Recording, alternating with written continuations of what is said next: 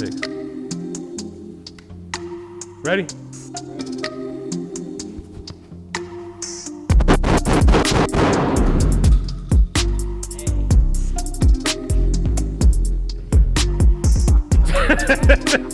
All right, what up guys? We're back. Romine and Ak. It's amazing how we got Ak now and we got Unk. So Unk's actually in the background watching this. But today we're talking about shotguns, man.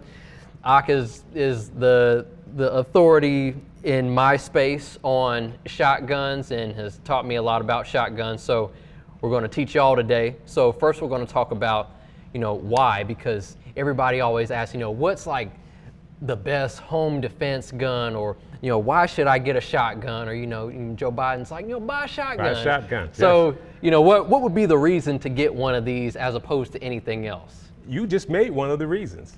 It's more politically correct in a lot of places.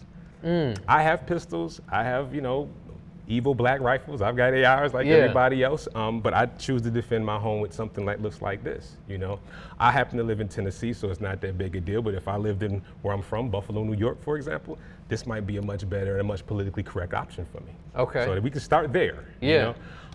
That's good. Other than that, it's the most effective weapon that an American can grab with two hands outside of military ordnance.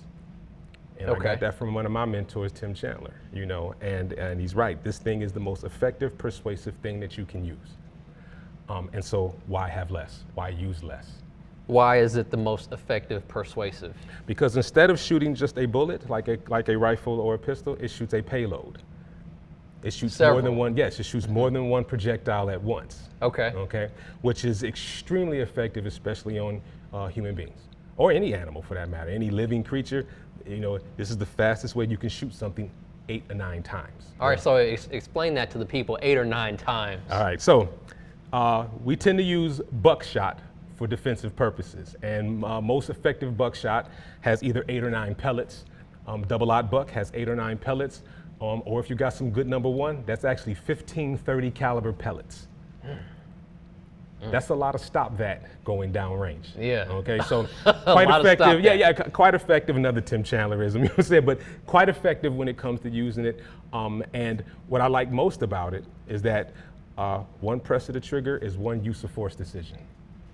Every time you press the trigger on your pistol or your carbine, every time you press the trigger, a district attorney or county attorney in United States, where we have rule of law and constitution and state statutes and county statutes, is that the county or district attorney might want to ask you about every single shot and why you chose it and why you felt like you had to make that shot at that time. Right. When I press the trigger on this shotgun, I get 8 projectiles and one use of force decision. Right. Quite effective. Oh man, that's interesting. I feel like that's something that Unk and I, we teach the carry permit. Do you teach the carry permit too? Oh yes. Okay, yeah. So we're all teaching the carry permit classes, and I've never thought of that. Yeah. When you're using that use of force decision, means opportunity and jeopardy. For each shot. You got to do that for each shot. Each shot. That's a good point. Think about it. Each shot that you go, you got to evaluate the situation and see if a shot is warranted in that situation. Yep. We have a saying, when you shoot meat, it moves. People move. If you're shooting somebody who's even fighting you, they may move. People don't stand still like these targets. Right. And so every time they move and do something, you have to evaluate that and make a decision. Good decision making is more important than good marksmanship in those particular situations. Right. Because you got to make sure that what you are doing is legal. And if it's not legal, you could be in some problems. You could be in some trouble with the criminal justice system. Yeah, man, that's great. That's great wisdom. What do we have here? What types of shotguns are these? What's the brand or the style? These are my favorite. These are both Remington 870 short barrel shotguns, which are NFA items. So you have to do paperwork and pay a little money. Well, as of January, you don't have to pay any more money, but you still have to do the paperwork for them. Yeah. But I love them because it's the most compact yet powerful thing that I can do. It balances well, and I'm a little partial to Remington 870s because I've been shooting them for a long time, but I like their simplicity of their design, their robustness, and the smoothness of the action, because I prefer a pump. I have semi-automatic shotguns, and I love them. Some of them are quite good, very fast, and they work really well, but I'm just partial to this, and I feel more comfortable with this because I've been using it the longest. Okay. You know, so I keep it in my home, and you know, me and my wife, I like, another thing about it being short, my wife loves it. That's actually her shotgun, that one there. That's the one that she's on video shooting 2 shots, reload 2 shots in 8 seconds. For those who say that a woman can't run a shotgun, I'll give you that video. You know what I'm saying? You can actually see her doing it. This is the shotgun that she's running in that. That's she, you know, her home defense piece. She loves it. It balances quite well, and it holds plenty of rounds. How many? Well, it holds 4 in the, well, actually I got a +1 on here, so we can actually put 5 in here. And to think about it, each one of those shells is 8 projectiles. Right. So that's actually what? 5 times 8, that's 40 projectiles in there. Right. So capacity is really not a thing because we look at it in terms of servings. Right. All right, so standard response with a pistol on, you know, if you got a violent human attacker, a determined one, is that you might have to shoot, what, 5 or 6 rounds to make that person stop, to incapacitate them, okay? With an AR even. You know, if you look at military manuals, they'll tell you 5 to 6 rounds is standard response. Right, yeah. We got that for each press of the trigger here. Yeah, you got 8 per press. Per press. Per press. Whole lot of stop that. Whole lot. Oh man, I'm gonna start using that. That's a whole lot of stop that right there. Yeah. Credit to Tim Chandler for that. Yeah, credit to Tim Chandler before I run away with it. So we kind of talked about the why. Now, what's the how? How do you run specifically a pump action shotgun? Shoulder it like you would do. You know, we get it closer into our chest so that we can get behind it and we're not beside the gun, which is why on this one I have a mag pull stock, which is a little shorter. I'm actually going to get this one shortened for her. We like a length of pull of, you know, about 12 and a half inches, under 13 inches. That allows us to center the gun in front of us to get behind it so that we can run it and don't have to worry about the recoil. One of the knocks on the shotgun is the recoil, but with current low recoil shells and mitigation techniques, as you saw, you can do 2 reload, you know, 2 in less than 8 seconds, and a woman can do it, you know, if you do it properly. So you can run them pretty quickly. That pump action there it not only ejects the shell that's in the chamber after it's been fired, but it reloads another one into the chamber for you. It's manually operated, but what I like about it is running a pump shotgun gives me a little bit of a limiter. You know what I'm saying? So that if I have to shoot it again, that gives me a chance to see what I need to be doing, see how the situation on my downrange has changed, and react to that appropriately. That's good. Yeah. Yeah. I tend to store what we call, what used to be when I was a cop called cruiser ready. Like I said, when I was a Buffalo cop, this is what we used, and it was quite effective. You know what I'm saying? So we store what's called cruiser ready, changed for us civilians called closet ready. I put 4 into the tube. I make sure that the chamber is empty. All right, because shotguns are not drop safe. It's extremely important. Shotguns are not drop safe, so we don't store them with one in the chamber. But as soon as I unlock the action on it, you know, load the magazine tube with 4 or 5, and then store it in the closet or wherever, near my bed or wherever, you know, in the safe place that unauthorized and untrained people can't get their hands on it. But if I need it, then I just pick it up, run the action, go to work. Cruiser ready is what that's called. Yes, before us civilians, we call it closet ready. Closet ready. Okay. That's a Tom Givenism right there. Closet ready. All right, yeah. Shout out to Tom Givens. Okay, cool. So let's shoot this thing. Got it. All right. So we got both the short barrel shotguns here, and now we have some ammo. Before we start shooting these things, tell us about this ammo that you have here. All right, one of the nice things about what makes shotguns so versatile is that the types of ammo that you can use. Everything from bird shot, which is for shooting birds or clay pigeons, you know, very fine pellets, almost like grains of salt. They can get that small. To buckshot, you know, which is for shooting live things or, you know, animals or people, and or slugs. Very versatile. You know what I'm saying? You can put all kinds of ammo in them. And the cool thing is there's been a lot of good designs over the last couple years, the last few decades, I should say, to make ammo even more accessible, make shotguns even more accessible to people. Okay. So what I have here is, when I said earlier that we can use low recoil stuff, one of the issues with a shotgun people say is that the recoil is punishing the people. That can be mitigated with the proper ammo. So what we have here is some bird shot that can be used for shooting clays or anything like this. This is Winchester. Federal also makes some. This stuff only goes about 900 feet per second, which makes it pretty soft shooting. Okay. It won't run all shotguns, meaning it won't run all semi-automatic shotguns, inertia type shotguns, but most gas shotguns, good gas shotguns, and pump shotguns will run that ammo pretty good. And then on the defensive side, I've got flight control, federal flight control ammunition here. I've got some old pre-COVID stuff and some newer pre-COVID stuff, post-COVID stuff. I like some of the older stuff because they've changed the wad a little bit, but what it has is, it's got a wad design that keeps the shot in the cup longer. So it limits the spread as it goes down range, which to me makes it more effective. Right. Okay. At like 20, 25. Yes, and it extends the range of the shotgun as far as pellets. Good stuff on that. It's changed over the years, but it's still, even in its current iteration, it is still very good stuff. When you can get it, and I tell people buy it when you find it, you have to pattern your shotguns. All right, each shotgun barrel is like a snowflake. Each one is different. When you don't just grab any ammo off the shelf and think it's going to necessarily hit where you want it to hit. So what you have to do is find what ammo works best in your shotgun. And one cool thing about flight control is that it tends to work in most decent barrels. Not all of them, but in most decent barrels. But even with those, you should still try to pattern it and make sure. So what does patterning look like? What does that mean? Meaning, as the shot comes out or the pellets come out of the end of the barrel, they tend to separate as they go along. Okay. These new shells have buffering in them, which is it's like a Grex type styrofoam type material that helps cushion those bumps as the pellets go down the barrel. It's also got a special cup in there. It's also got plated pellets, so that the pellets don't deform as they go down the barrel, right? And these, we prefer 8 pellet, is because the way they're stacked, two like that inside the shell. We prefer 8 pellet because the pellets don't hit as much because there's fewer of them in the way they're stacked, and so they tend to not get a flyer.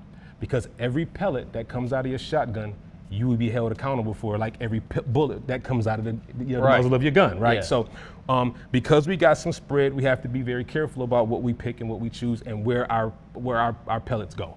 So does it say like on the box 8 pellet or 9 pellet? Yeah, if you look on the end of that box, you'll see right here it says 12 gauge, 2 3/4 inches, which is the length of the shell, buckshot, 8 pellet, double-aught buck. Yep. With flight control wad. And then it tells you the muzzle velocity, 1145, which is about the lowest shell for defensive stuff, but not too. You can get shells that go as fast as 1,600 feet per second, but you get more recoil with those too. Do you think that if you were going to use this, is it that much of a difference between this 1145 and 1,600 as far as stopping a threat? No. This is all you need, as a matter of fact. You don't need it to go much faster than this. And the cool thing about lower velocity is that there's less deformation of the pellets. And the less deformed the pellets are, the more they stay round, the truer and farther they go.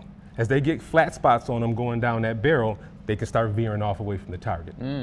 So I find low recoil stuff to be even more accurate to some extent. And you get less muzzle flash and all that other stuff that goes along with it. We don't have to get in deep about the different methods of loading, but typically how are you going to load one of these shotguns and prepare it to fire? Okay, so there's 2 ways to load a shotgun to get shells into a shotgun. One is through the ejection port, okay? And here you've got something called a lifter here. Some people call it a lifter, some people call it they have different names for it. We call it a lifter. Put the shell in there. When you send the forend forward, that lifter will lift the shell up, line it up with the chamber, and ease it on into the chamber, and then lock the action. Okay. That's if you want to load one in there. Then after that, the magazine tube is on the bottom of the shotgun. Once you close the shotgun, now you got access to the magazine tube, and you push the shells up in there, push them into the tube, and then they come back and they stop on these 2 little levers called shell stops that'll hold them in there until you need them.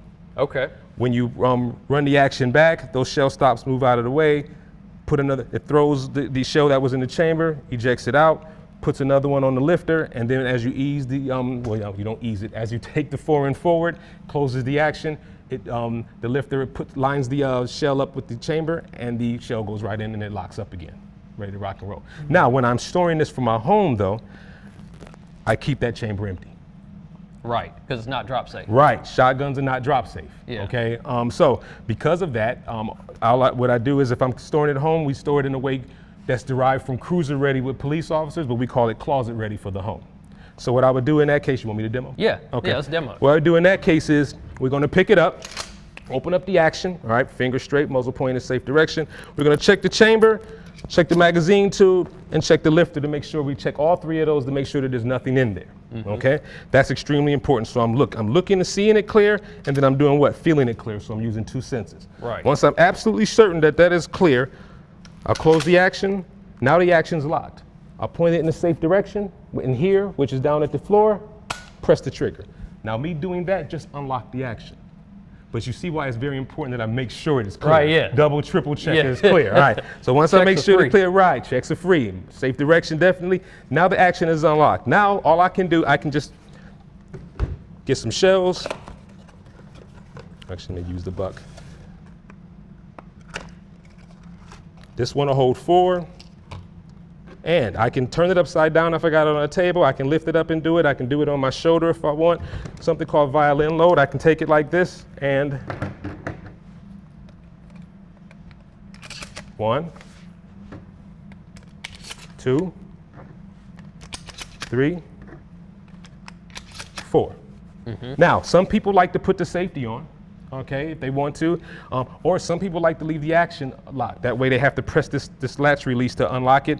Some people put the safety on. Me, I don't. I leave it just like this, and I'll store it in the closet, just like that, in my safe place, away from unauthorized and untrained people. Right. Then if I need to put in the action, all I do is pick it up. Ready to go. And now it's ready to go. Yep. All right. All right. All right. And if I need to unload it again, then all I do is take the shell out, turn it upside down, push the shell stops in, and I can release each shell by pushing the shell stops. 2,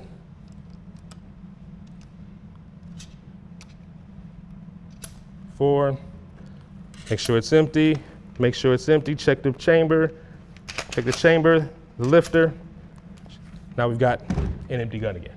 Love it. All right, let's shoot some of these so we can see the difference of, can we shoot this in this range? Yeah, you can shoot that in that range. Okay. Now, you're gonna get outside of 5 yards, you're gonna get a bit more spread, but go ahead and use the buck. Okay. I brought it for you, so. Okay, cool. Yeah. All right. Well, this is Remington managed recoil. Doesn't have a flight control wad or anything in it. It's pretty solid. Now, within 5 yards, most buck will do. Most buck will stay, probably within the chest, which is where we want to place our shots at 5 yards. Once we get past 5 yards is when this really shines, okay? Okay. And even within 5 yards, it's more effective because it places all of those pellets into one area, causing a lot more shock and damage to the body. Okay. And that helps us with our incapacitation because we want incapacitation as rapid as we can. Right. Okay, so I've got some Remington here that you can shoot first if you want, just so you can see. You can do one and you can just see what the pattern's like, and then you can do flight control and we can compare the two. Okay. All right. All right. Because everybody talks about spread. Oh, you don't even have to aim. Just shoot, because it's a big spread. Oh no, you most definitely have to aim Yeah, a shotgun. I want to try this one. By all means. Slide it over there for you. Actually, you know what? You can just drop that. The cool thing is just take it, turn the gun over. Just drop it in here? Just drop it right in there. We'll get that out of the way. Go ahead, drop it in there and close the action. Yep. All right.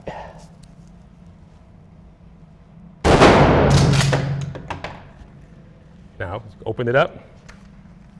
Push that stuff, open it up, lay it down. If you check, make sure it's empty.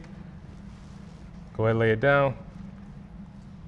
All right, now, let's go take a look. So as I said,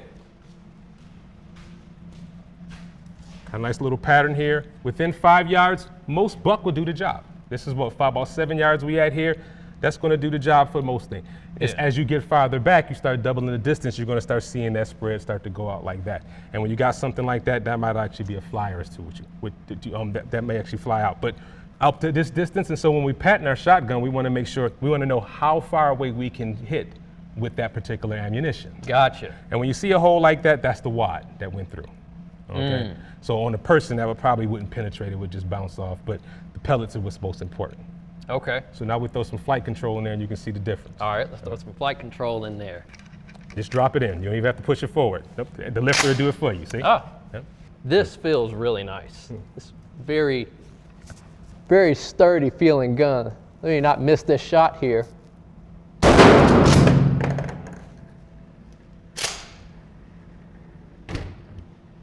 Oh, we don't even have to walk up to that one. Feel me? Now, you have essentially one large hole.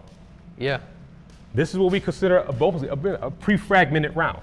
Yeah. So all these pellets go right into here, and then they have something called the billiard ball effect. Whereas they bounce off each other going in. Billiard ball effect. That after they hit each other in here, yes. If you hit, think about when you crack the balls at the beginning of a pool game, right? What happens when you hit that first ball? Spreads. So after they come in here, they spread throughout the body. I have a video of it in gel. I'll send it to you so you can check it out. Yeah. Okay. Yeah. Man, that's so awesome. this extends the range of that shotgun. So, and this person just got shot 8 times all at once. In the same hole. In the same hole. Dang, I forgot the saying. What'd he say? That's a whole lot of stop that. Yeah, that's a whole lot of stop that, man. All right, and explain to people that this is similar to 9mm. Is that correct? Each one of those pellets in that double-aught buck is .33 caliber, which is the same as what? 9mm. 38, 357, all about the same diameter. And that's 8 or 9 of those, and if you get number 1 buck, I think I got some back there, number 1 buck, that's 15 pellets, 30 caliber pellets, which is the same diameter as what, 7.60 by 3.9? It's a lot of stop that. It's a whole lot of stop that. That's almost an ounce, that's about an ounce to stop that. Okay. It's a lot of hate going downrange. Or a lot of love, depending on how you look at it. All right, so I'm just gonna mag dump some. Okay. And we'll, now what's the most, I'm assuming I can just do that. And then that, would you say, is probably the fastest way? That's one of them. That works. Get my ears on before I blow my ears away here. All right.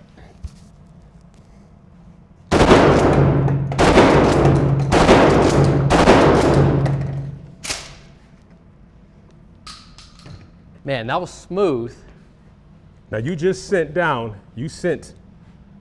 32 projectiles downrange in what, 2 seconds?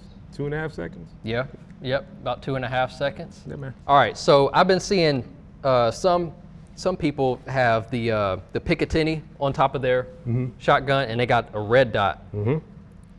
Why are you rolling with irons as opposed to the red dot? Red dots are fine on shotguns, but shotguns are pretty stout in their recoil, and so you have to get a really good red dot that's going to be able to take those G's, basically, that movement. Yeah. And it just takes a lot more maintenance. And I'm a little lazy, you know what I'm saying? Yeah. And this will get it done out to the distances that I'm going to use in and around my house. Right. So I don't have to worry about batteries. I don't have to worry about maintenance. I don't have to worry about zeroing. I don't have to worry about any of that. Yeah. You know, get it up. You know, see the front sight through the ghost rings. I prefer ghost rings. They're a little more precise. Yeah. Beads are okay, but they are actually a little harder to aim well with. Yeah. So I pretty much like rifle sights. I prefer rifle sights and ghost ring sights on shotguns. Okay, yeah. But dots are fine if you are the kind of person that's going to do all the maintenance, which is zero. Keep batteries. Make sure that you're especially with these G's on this thing, you want to make sure that you put some thread locker on your screws and mark them and all that. So it's a lot of work. Yeah, because I'm left eye dominant. But now that I'm taking more time to see it, I can see it with both eyes open now. Close your left eye. Yeah. Go ahead, close your left eye. Can you put work in like that? Yep. Yep. Easy enough. And there's something called, you help to handle the recoil fine, but for some people there's something called the push-pull technique that the Haughts, the legendary Rob Haught created. His son Matt Haught is continuing in his tradition.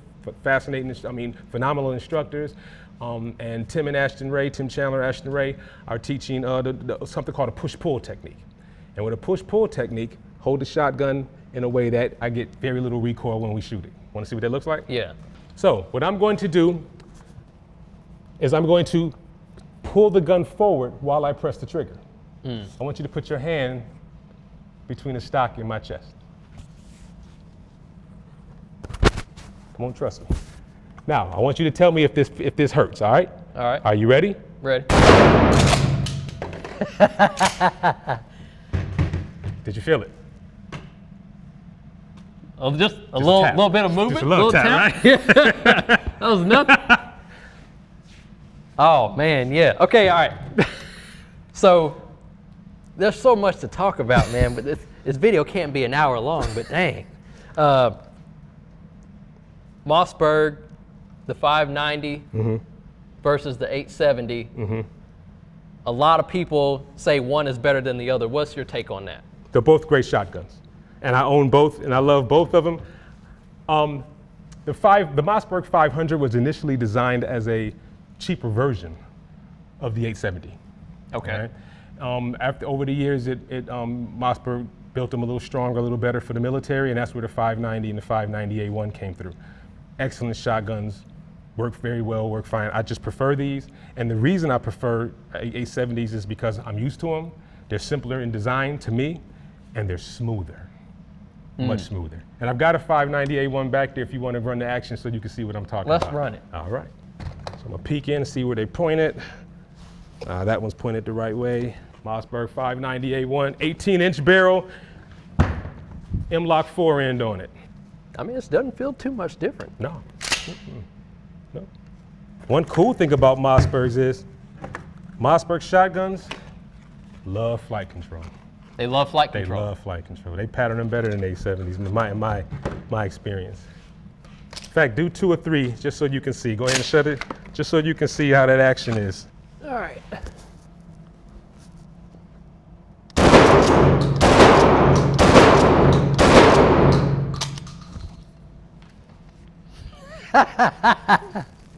So with the Mossberg, right, the action release is back there. Good work.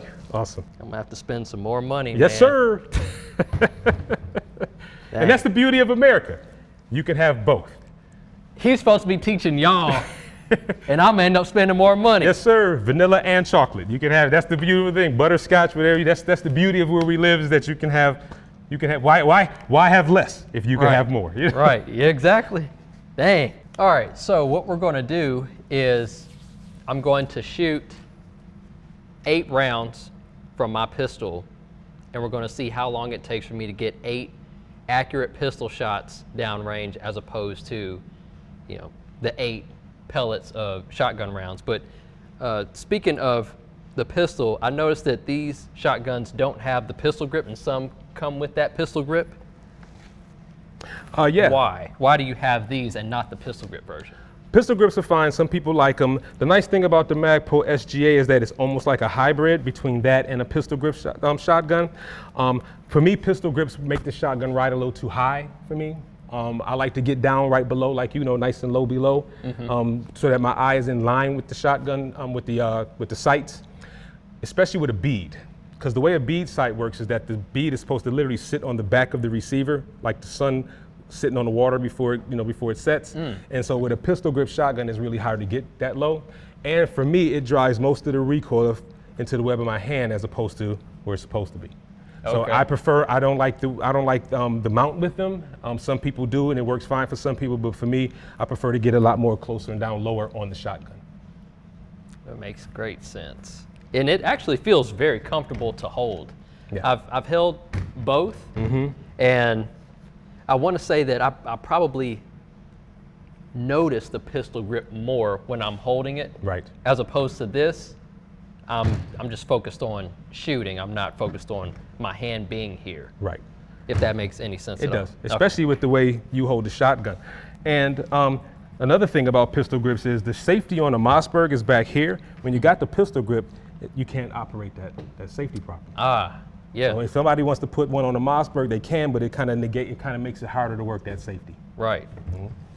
Okay. All right, cool. Well, I'm going to shoot 8. So what are you going to do? You going to time me? Yeah, I'm gonna hit you with the timer, Okay. and we'll see how long it takes you from a low ready, to raise the gun. Let's say you're in your home. You don't have a holster on, door got kicked in 3 o'clock in the morning, you gotta go, you got some kids in the house or whatever, you can't stay in which you should stay in your safe room, but you can't do that. You gotta get out and see what's going on, or you just decided you're gonna handle this, all right? Yeah. You're grown. So you go out into the area and there's a threat, you have to deal with it, you're gonna be from a low ready. Okay. So we're gonna raise the gun up and you're gonna put 8 shots into the chest box, high center chest. Okay. Now we're gonna see how long it takes you to do that accurately. I want you to do it as fast as you can, but still get those hits in that box. Okay. Okay? All right. And we'll time and see how long that takes, and then we'll time and see how long it takes you to put 8 shots from your shotgun into that same box. Okay. All right? I'm interested to see how this is going to feel shooting a handgun after feeling this recoil of this shotgun. And we are at about 7 yards right here. Yep, we're about a 7, 8 yards right here, okay? Okay. All right. Assume a low ready position. Shooter ready. Ready? Stand by.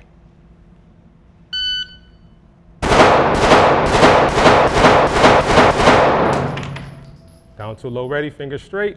Go ahead and holster. Excellent accuracy. Got them all in the box there. Excellent work. What's your time? 4.18. Awesome, awesome work. All right. Let's get you one of these flight control pellets. Pick the shotgun that you want. I'm rolling with this. I like this. Was it right here? Uh-huh. Now we're going to do it on the other, to try the other target. Slide on down, try the other target. And I want you to take a brief second when you line it up. Take as much time as you need to get that good hit right there in the middle. And we'll see how long that takes, okay? Okay. Shooter ready? Ready. Stand by.